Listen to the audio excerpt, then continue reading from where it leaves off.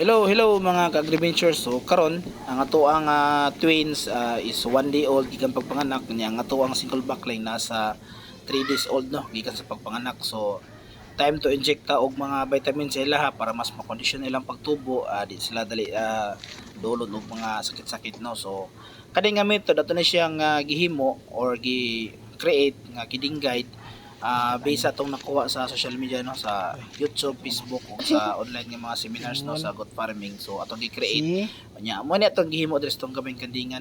So kaning twins ato ni siyang tirahan og 1 ml each nga iron no. So ika 3 days old ani nila mo puno punta og B-complex ani but karon is iron lang sa kay 1 day old man sila. So kani po atong single backling kani mo itong tirahan og iron nga 1 ml niya ato po nang gitirahan po sa pikas og B-complex pod nga 1 ml. So kani sila nga mga sistema mo na itong gi-create para mas makondisyon itong mga alaga niya. So far effective man siya gikan pagsuporto sa pangandingan no. So mura na itong gihimo diri para ma-improve atong mga alaga. Happy goat farming. Look at Jimin. Look at Jimin. Pagawa sila sa tanan.